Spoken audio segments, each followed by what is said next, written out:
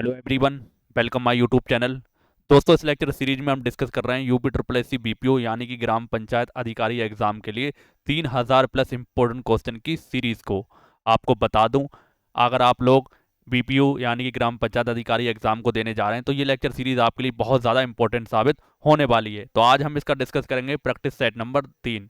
इससे पहले हमने इसकी 2 प्रैक्टिस सेट बना दिए हैं। अगर आपने उसे नहीं देखा है तो उसको भी आप देख सकते हैं, डिस्क्रिप्शन बॉक्स में उसका लिंक मिल जाएगा। तो पंचायती राज इतिहास के मोस्ट इंपोर्टेंट क्वेश्चन हम इसमें डिस्कस कर रहे हैं। फ्रेंड्स, अगर आप इन क्वेश्चन का पीडीएफ लेना चाह रहे हैं तो आप हमारे एप्लीकेशन को इंस्टॉल कर सकते हैं। उसका भी लिंक आपको डिस्क्रिप्शन बॉक्स में मिल जाएगा। चलिए स्टार्ट करते हैं आज का वीडियो। दोस्तों, हमारा पहला क्वेश्चन दे रखा है, सामुदायिक विकास कार्यक्रम की शुरुआत कब हुई थी। सामुदायिक विकास कार्यक्रम, इसे आपको एग्जाम में इस तरीके से मिल सकता है, कम्युनिटी डेवलपमेंट प्रोग्राम यानी सीडीपी के नाम से आपको देखने को मिल सकता है। अगर आपसे पूछ लें सीडीपी कार्यक्रम की शुरुआत कब हुई थी तो आपको कंफ्यूज नहीं होना है, यानी इसकी फुल फॉर्म क्या होती है, कम्युनिटी डेवलपमेंट प्रोग्राम। तो हिंदी में कहते हैं सामुदायिक विकास कार्यक्रम। दोस्तों, इसकी शुरुआत कब हुई थी आपको बताना है। तो इसकी शुरुआत हुई थी 2 अक्टूबर 1952 को। ऑप्शन नंबर हमारा सी करेक्ट हो जाएगा। दोस्तों, इसका उद्देश्य क्या था, उद्देश्य आप ध्यान रखेंगे। तो इसका प्रमुख उद्देश्य था गांव के लोगों को विकास करना, यानी गांव के लोगों का विकास करना, जैसे कि गांव के लोगों को पेयजल उपलब्ध कराना, बेहतरीन आवास उपलब्ध कराना, चिकित्सा की सुविधा उपलब्ध कराना, स्वच्छता कार्यक्रम के लिए जागरूक करना, ये सारे इसके उद्देश्य थे। तो इसे जो हमारे प्रधानमंत्री थे, भारत के प्रथम प्रधानमंत्री जवाहरलाल नेहरू ने लागू किया था। ये चीज़ आप इसको ध्यान रखेंगे। और इसमें किस देश की सहायता ली गई थी, तो यूएसए यानी कि संयुक्त राज्य अमेरिका की इसमें सहायता भारत ने ली थी इसको लागू करने के लिए। ये चीज़ आप इसके बारे में ध्यान रखेंगे। अब आपको इसमें से किसी से भी एग्जाम में क्वेश्चन देखने को मिल सकता है कि इसका उद्देश्य क्या था, ये किस देश की सहायता से किया गया था, इसकी शुरुआत कब हुई थी और उस समय प्रधानमंत्री कौन थे। ये सारे क्वेश्चन इसमें आपके एग्जाम में बन सकते हैं। चलिए अगला क्वेश्चन देखते हैं। अगला क्वेश्चन हमारा इटावा परियोजना का संबंध है। दोस्तों, इटावा जो परियोजना थी इसका संबंध आपको बताना किससे संबंध था, तो आप ध्यान रखेंगे इसका संबंध था ग्रामीण विकास से। ऑप्शन नंबर इसमें हमारा ए करेक्ट हो जाएगा। ये एक पायलट प्रोजेक्ट था। पायलट प्रोजेक्ट के तहत इसको चलाया गया था। पायलट प्रोजेक्ट वो होता है जो जैसे गांव में और कोई योजना चल रही है, कोई भी योजना चल रही है, उसके साथ साथ इसको रन कराया जाता है, यानी कि इसको चलाया जाता है। तो ये पायलट प्रोजेक्ट की तरह इटावा जिले में शुरू किया गया था। इटावा जिले के 64 गांवों में इसकी शुरुआत की गई थी। और कब की गई थी आप ध्यान रखेंगे, 1948 में। 1948 में। दोस्तों, 1956 में इसका विस्तार कर दिया गया, यानी कि इसमें गांवों की संख्या को बढ़ा दिया गया। तो 1956 में इसमें 366 गांवों को शामिल कर दिया गया। तो शुरुआत में 64 गांवों में थी, 1948 में शुरू की गई थी। जब इसका विस्तार किया गया तो इसे 366 गांवों में लागू कर दिया गया था। तो ये ग्रामीण विकास से संबंधित थी, यानी कि ग्रामीण में जो ग्रामीण सुविधाएं उपलब्ध कराने से संबंधित थी। ऑप्शन नंबर हमारा इसमें ए पूरी तरीके से करेक्ट हो जाएगा। अगला क्वेश्चन हमारा, इटावा परियोजना की शुरुआत कब हुई थी। दोस्तों, मैंने आपको बताया इटावा परियोजना की शुरुआत कब हुई थी, 1948 में।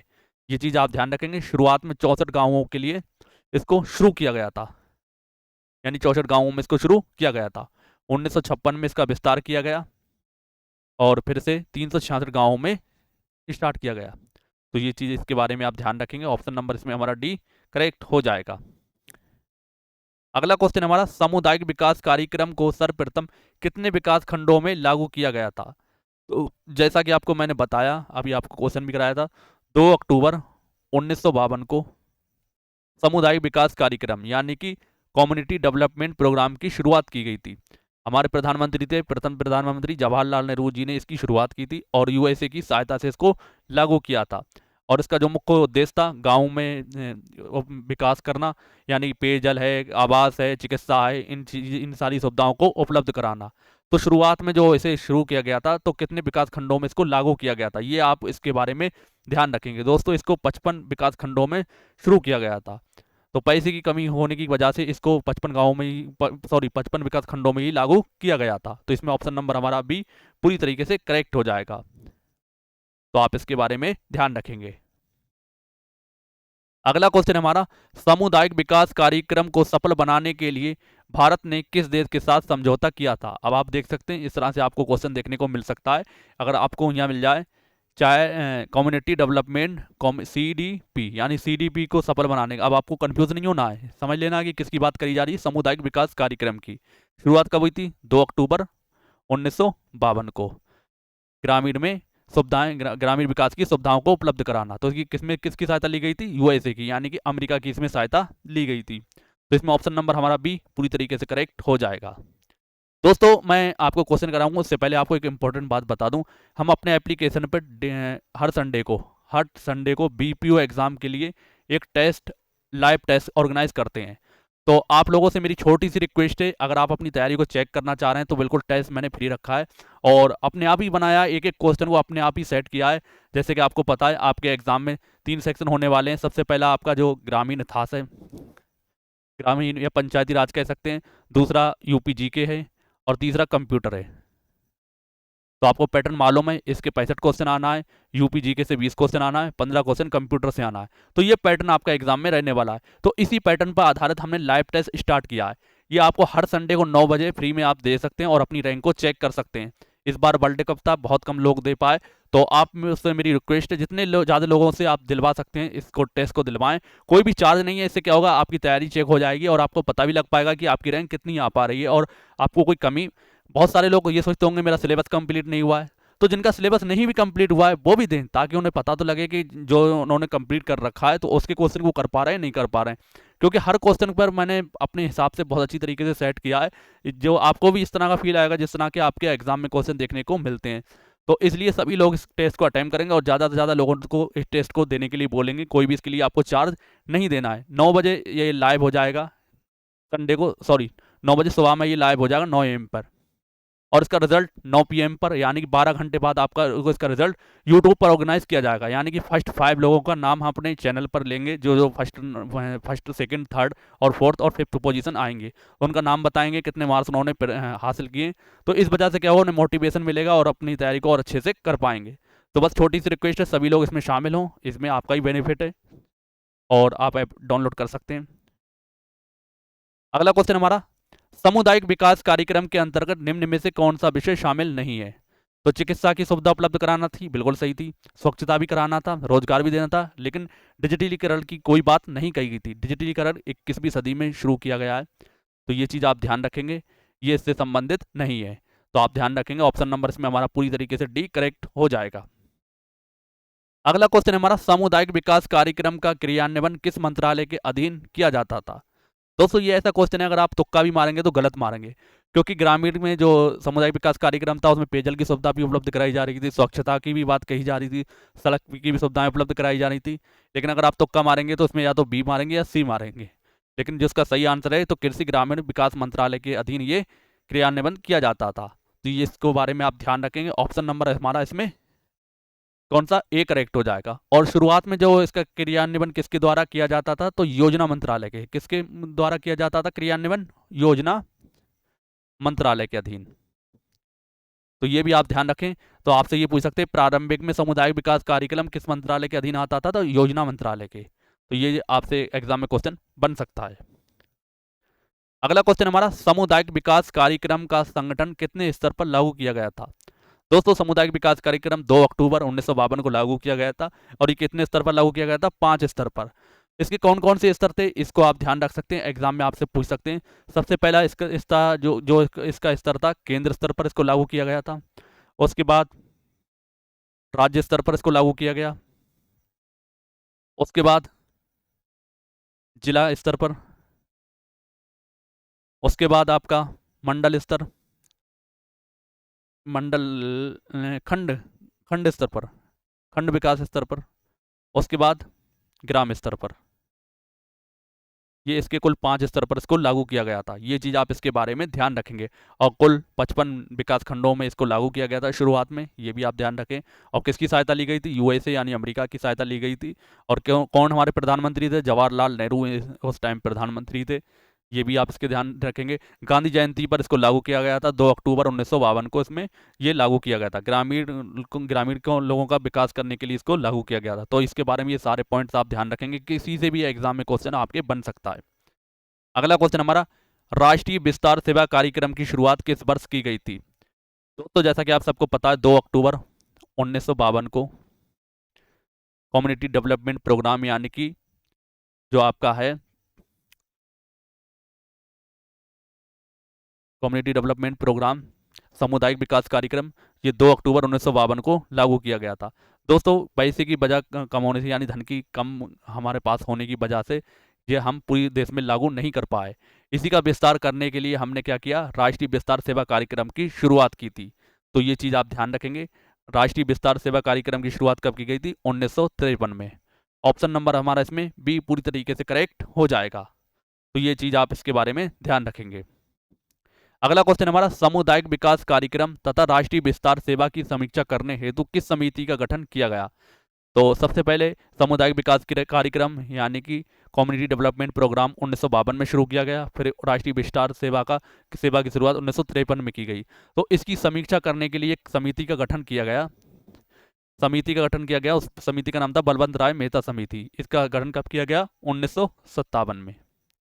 तो ये इसके बारे में आप ध्यान रखेंगे। इस समिति ने अपना सुझाव दिया कि ग्राम इसका खुद का विकेंद्रीकरण यानी खुद का स्थानीय स्वशासन होना चाहिए 3 स्तर पर। इन्होंने 3 स्तर के लिए सुझाव दिया था।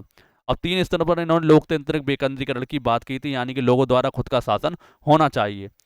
तो ये चीज़ आप इसके बारे में ध्यान रखेंगे। बलवंत राय मेहता समिति ने क्या किया था, इस समिति जो समुदाय विकास कार्यक्रम था और राष्ट्रीय विस्तार सेवा थी, इसकी समीक्षा की थी और इस वजह से इस समिति को गठन किया गया था।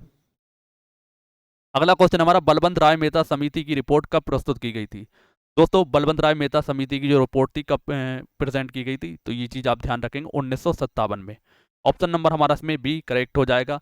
तो राष्ट्रीय विस्तार सेवा थी और जो उसका समुदाय विकास कार्यक्रम था, तो इसकी समीक्षा करने के लिए इस समिति का गठन किया गया था, बलवंत राय मेहता समिति को। और इन्होंने 3 स्तर पर स्थानीय स्वशासन की बात की थी। तो ये भी आप इसके बारे में ध्यान रखेंगे। अगला क्वेश्चन है हमारा, सामुदायिक विकास कार्यक्रम का उद्देश्य था। तो सबसे पहला दे रखा है ग्रामीण जनता के मानसिक दृष्टिकोण में परिवर्तन करना, सही बात है। नेक्स्ट है गांव में उत्तरदायी एवं क्रियाशील नेतृत्व का विकास करना, ये भी सही है। ग्रामवासियों को आत्मनिर्भर एवं परिवर्तनशील बनाना, यानी खुद का शासन होगा और वो आत्मनिर्भर बनेंगे। तो ये इसमें तीनों ही ऑप्शन करेक्ट हो जाएंगे। तो ऑप्शन नंबर हमारा पूरी तरीके से डी करेक्ट हो जाएगा, सामुदायिक विकास कार्यक्रम। तो ये चीज़ आप इसके बारे में ध्यान रखेंगे। इसकी शुरुआत कब हुई थी? 2 अक्टूबर 1952 को। ध्यान रखेंगे। किसकी सहायता ली गई थी? यूएसए की। तो इसमें ऑप्शन नंबर डी करेक्ट हो जाएगा। अगला क्वेश्चन हमारा, सामुदायिक विकास कार्यक्रम के तहत निहित मूल्य थे। तो सामाजिक न्याय था, सहभागिता थी, समानता भी थी। तो ये चीज़ आप ध्यान रखेंगे। ऑप्शन नंबर हमारा इसमें डी करेक्ट हो जाएगा, उपरोक्त सभी। अगला क्वेश्चन हमारा, लोकतांत्रिक विकेंद्रीकरण का आशय।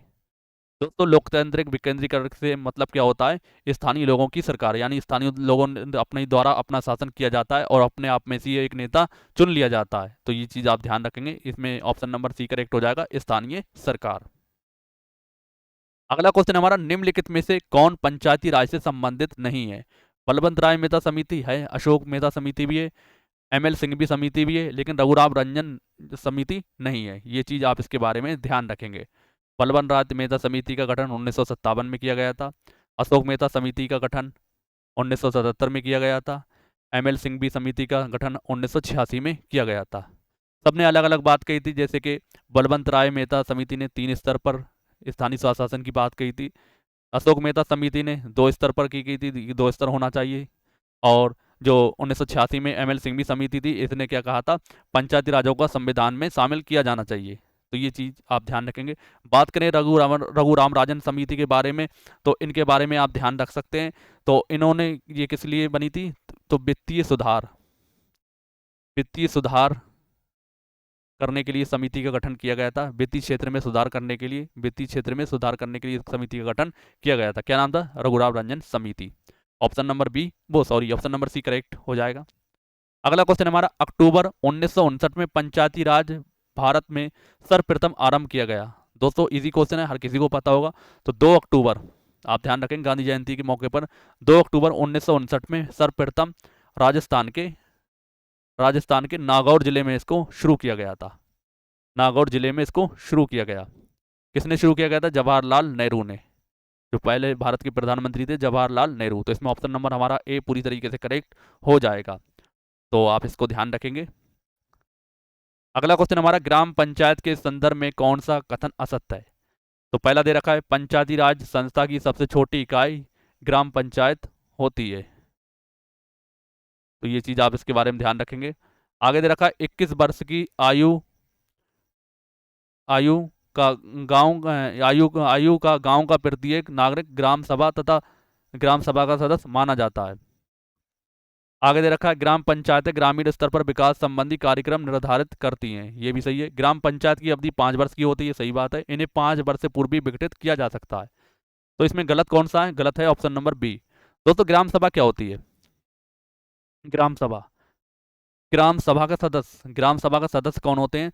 तो आप ध्यान रखेंगे निर्वाचक नियमावली में जिस किसी का नाम होता है, यानी जिन्हें हम नॉर्मल भाषा में वोटर लिस्ट कहते हैं, जिन लोगों का नाम वोटर लिस्ट में शामिल होता है उसे हम क्या कहते हैं? ग्राम सभा।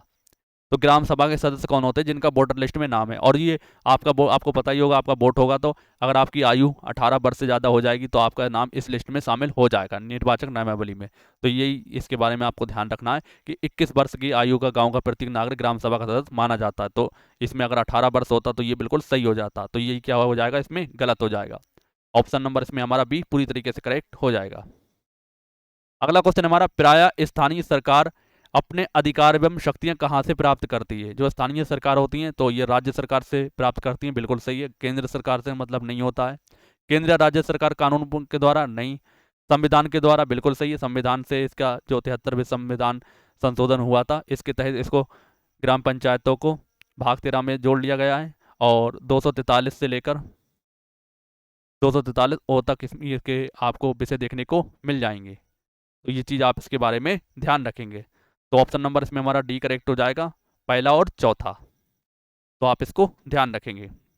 और संविधान की 11वीं अनुसूची में इसको शामिल किया गया है, तो ये भी आप ध्यान रखेंगे। अगला क्वेश्चन हमारा, वर्ष 1977 में जनता पार्टी की सरकार द्वारा पंचायती राज कार्य प्रणाली के अध्ययन हेतु किस समिति का गठन किया गया था? दोस्तों किस समिति का गठन किया गया था? अशोक मेहता समिति का गठन किया गया था 1977 में। और इन्होंने अपनी रिपोर्ट कब प्रेजेंट की थी, कब प्रस्तुत की थी? तो 1978 में। दोस्तों समिति का गठन अलग चीज है और रिपोर्ट देना अलग चीज है। यानी कि आज कोई समिति बना दी जाए, आज आपकी समिति भी बना दी जाए और आपसे कही जाए किसी मुद्दे की बात के उसकी आपको रिपोर्ट देना है, तो आप जितने टाइम में रिपोर्ट देंगे तो वो डेट आपकी उस दिन गिनी जाएगी। तो ये समिति का गठन 1977 में किया गया, लेकिन इन्होंने अपनी रिपोर्ट कब प्रेजेंट की थी? 1978 में।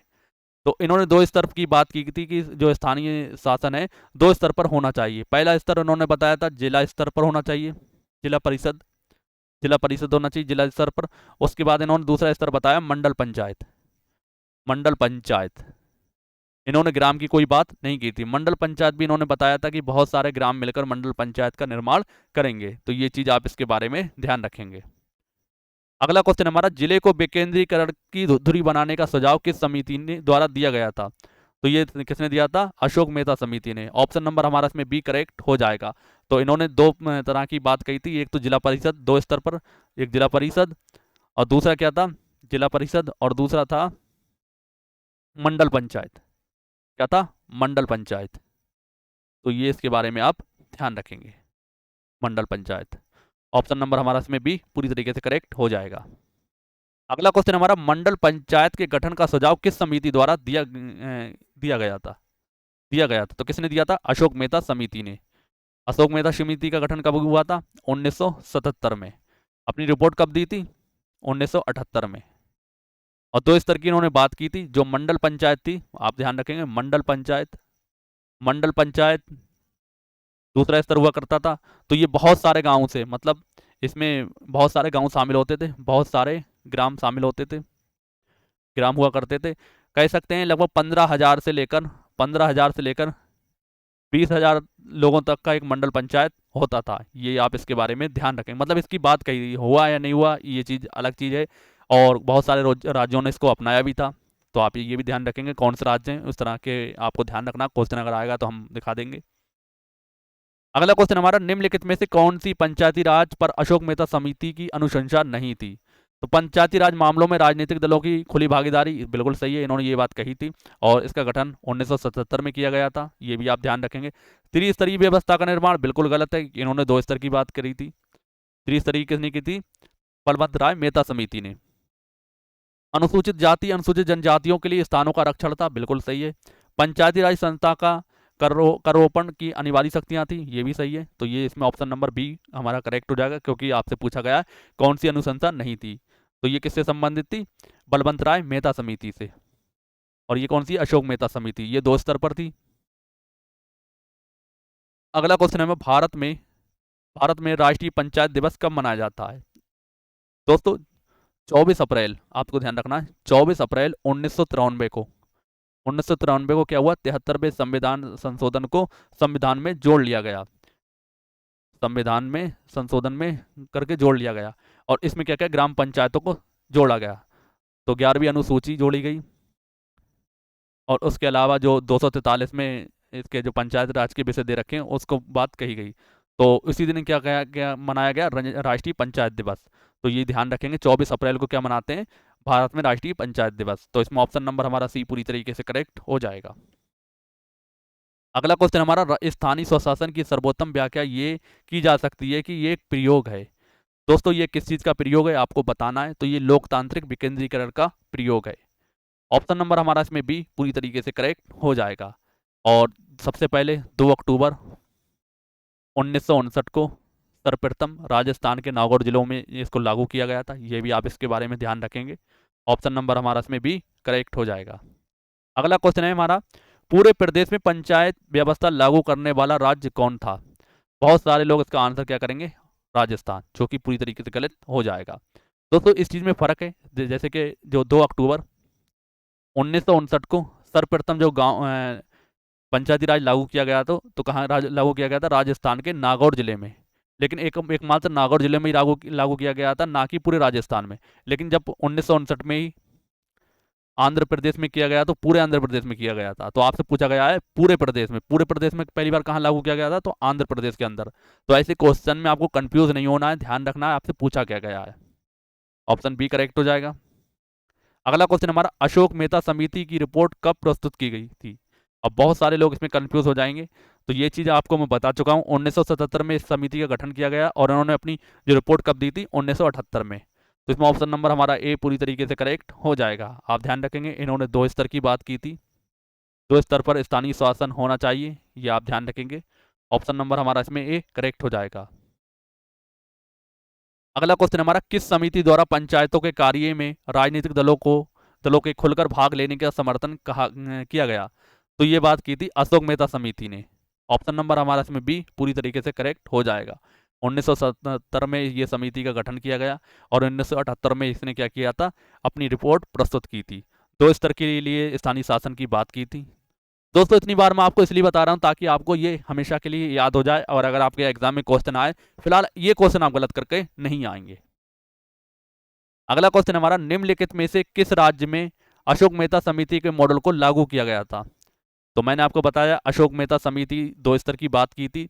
2 स्तर कौन कौन से थे? जिला स्तर पर जिला परिषद हुआ करता था, जिला परिषद और जो मंडल स्तर हुआ करता था, मंडल पंचायत जो अगला स्तर था इसका।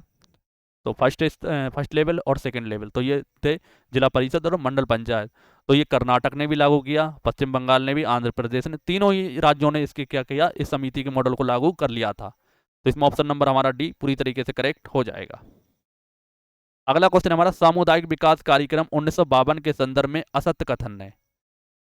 तो सबसे पहला इसमें दे रखा है ये ऊपर से नीचे की ओर विकास मॉडल है था, बिल्कुल सही है। ये नीचे से ऊपर की ओर विकास मॉडल था, तो ये बिल्कुल गलत बात है। ये ऊपर से नीचे की ओर के लिए मॉडल था। ये कार्यक्रम में स्थानीय संस्थाओं को भागीदारी नहीं बनाया गया था। आगे दे रखा है इसे संयुक्त राज्य अमेरिका के सहयोग से लागू किया गया था, तो ये भी सही है, बाकी ये गलत हो जाएगा। ये नीचे से ऊपर की ओर विकास का मॉडल था। ऑप्शन नंबर हमारा इसमें बी पूरी तरीके से करेक्ट हो जाएगा। अगला क्वेश्चन हमारा, वर्ष 1985 में योजना आयोग द्वारा ग्रामीण विकास एवं गरीबी उन्मूलन कार्यक्रम हेतु किस समिति का गठन किया था? दोस्तों ये किस समिति का गठन किया था? तो आप ध्यान रखेंगे ये थी GBK राव समिति। तो इसमें ऑप्शन नंबर हमारा ए करेक्ट हो जाएगा। तो इस समिति का मुख्य उद्देश्य ये था पंचायती राज को और ज्यादा सशक्त बनाना, पंचायती राज को और ज्यादा सशक्त बनाना। अब इसका क्या मतलब है सशक्त बनाना? पंचायती राज अपने देश में लागू तो कर दिया गया था, लेकिन उसे सशक्त बनाने की बात सबसे पहले किसने की थी? GBK राव ने। यानी कि पहले ऐसा होता था कि कहीं चुनाव एक बार हो गए तो फिर सालों साल चुनाव हो नहीं रहे। तो इन्होंने क्या कहा था, एक नियमित यानी कि एक टाइम पीरियड पर क्या हो, चुनाव हो, एक टाइम पीरियड पर उसका रिजल्ट आए और सब कुछ बहुत अच्छी तरीके से होना चाहिए पंचायतों में। तो ये किसने कहा था, GV.K. राव समिति ने।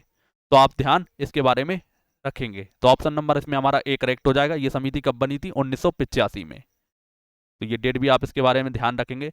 सबसे पहले आपको ध्यान रखना है बलवंत राय मेहता समिति। बलवंत राय मेहता समिति कब बनी, कब गठन किया गया, 1957 में। फिर अशोक मेहता समिति, इसका इसका गठन 1977 में हुआ। फिर है GV.K. राव समिति, तो इसका गठन 1985 में। आगे और जो समिति आएंगी तो उनके बारे में हम आगे बताते चलेंगे। दोस्तों ये था practice set number 3। I hope आपने सारे क्वेश्चन की प्रैक्टिस अच्छे से की है। तो उम्मीद करता हूँ आने वाले जो BPO का एग्जाम होगा उसमें आपको बहुत ज़्यादा हेल्प मिलेगी। इसी तरीके से आपको ये लेक्चर्स मिलते रहेंगे। बहुत सारे लोग कह रहे थे यूथ की बुक करा रहे हो, तो बिल्कुल सही बात है, यूथ की बुक कराई जा रही है। इसके बाद जो और दूसरी बुक है मार्केट में उन पर हम आएंगे। इसी तरीके से जल्दी से जल्द हम इस बुक को खत्म करेंगे। जो हमारा टारगेट है 3000 प्लस इंपॉर्टेंट क्वेश्चन का, तो उसे हमें पूरा करना है। तो इस चीज़ का आपको टेंशन नहीं लेना है कि कौन सी बुक करा रहे हैं कौन सी नहीं करा रहे हैं, बस आपको पढ़ते रहना है। डेली आपको 20 से 25 मिनट की वीडियो में आप देख सकते हैं 30 क्वेश्चन मिल रहे हैं। कोई फालतू बात नहीं। जो आपको पता है जब लाइव आप किसी क्लास यूट्यूब पर लेते होगे तो बहुत सारे वो चैटिंग देख रहे हैं, बार बार उल्टी सीधी बातें कर रहे हैं। तो ऐसा इसमें कुछ नहीं हो रहा है। आपको कम टाइम में ज़्यादा क्वेश्चन प्रोवाइड कराने की कोशिश कर रहे हैं। इसका PDF आप हमारे एप्लीकेशन इंस्टॉल कर सकते हैं, उस पर आपको उसका PDF फ्री मिल जाएगा विद आंसर के साथ। और जो लाइव टेस्ट के बारे में मैंने आपको बताया, लाइव टेस्ट सभी लोग देंगे ताकि अपनी रैंक और अपनी परफॉर्मेंस को चेक कर पाएंगे, कितने क्वेश्चन ठीक कर पा रहे हैं कितने गलत कर पा रहे हैं, अपनी तैयारी को चेक कर पाएंगे। तो ज़्यादा से ज़्यादा लोगों से टेस्ट देने के लिए बोलें ताकि आपको भी पता लग सकेगा उन सब लोगों के बीच आपका नंबर, आपकी तैयारी किस तरह की चल रही है। दोस्तों उम्मीद है आपको आज की जानकारी और आज का जो लेक्चर आपको प्रोवाइड कराया है पसंद आया होगा। तो वीडियो को लाइक और चैनल को सब्सक्राइब जरूर करोगे। मिलते हैं दोस्तों हम अगली वीडियो में, तब तक के लिए जय हिंद जय भारत।